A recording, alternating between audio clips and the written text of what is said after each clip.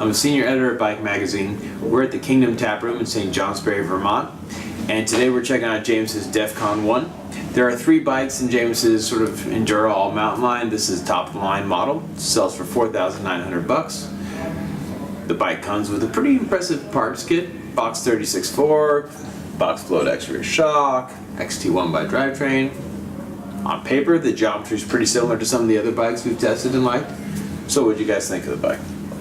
So let's say most of the riding that you do is more trail-oriented riding, or maybe even XC-oriented riding, and you have your 4.5, 5-inch bike, and you want kind of a little more gravity-oriented bike, but you don't want that gravity-oriented bike to be a 35-pound thing that you buy from Bikes Direct. Like, you want something that's a little more refined with better parts, and really has, honestly, relatively modern geometry.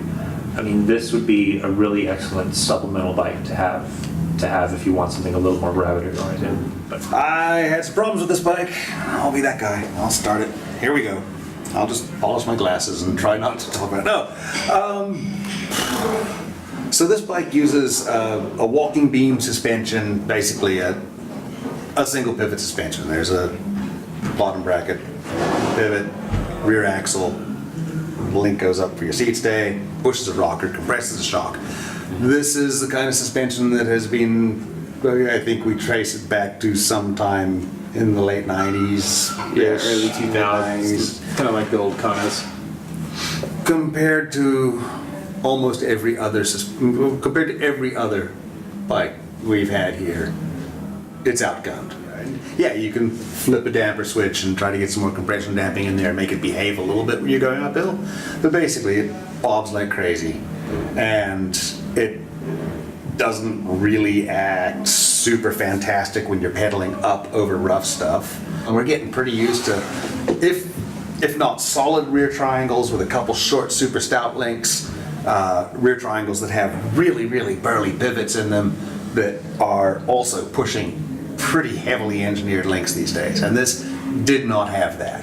And I really grappled with what the hell was going on whenever I leaned it into a corner or pointed it down something that had anything that would side load the rear wheel. You guys, what did you feel out there? The frame does feel a little wandery when you get it going fast down hills. I didn't notice the flex, so to speak, on the climbs too much, but yeah, on the descents you can feel it. But as far as suspension feel was concerned, going downhill, when I could get into a berm that had some traction in these kind of treacherous conditions we were riding the bike in, I didn't feel like it was doing anything in the suspension action that was funky or weird. I started out by talking about it being an outdated design. It wasn't about the sophistication of the suspension, but it was more about the integrity of the whole rear end. And to me, I had trouble with it when it felt like, in terms of the way the wheels were following each other, which isn't really about bump absorption, but it is about wiggliness. And I have a pet peeve with that kind of lateral flex, more than most people might. Well, what does this bike do well? I mean, it's an all-mountain bike. It definitely goes downhill better than it goes uphill. It does represent, for the parts that it has, a really good value for money. In sheer component pick-up, got a 36 on it, great rear shock. You've got Saint brakes. Yes, absolutely. XT drivetrain. Yep. And it was the only bike in the test that actually spec'd the XT crank, which I liked.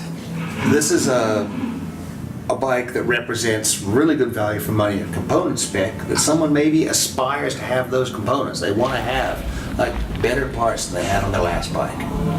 They want to step up from a $2,000 bike to this, and it's got parts that at this price point are really enviable.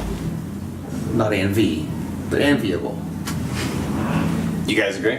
Yeah, I think that's a good description for sure. So if you want to know more about James's Defcon 1 or any of the other bikes that we've tested this year, go to our Bible Bike Test issue. If you want to see more bike test videos, go to bikemag.com.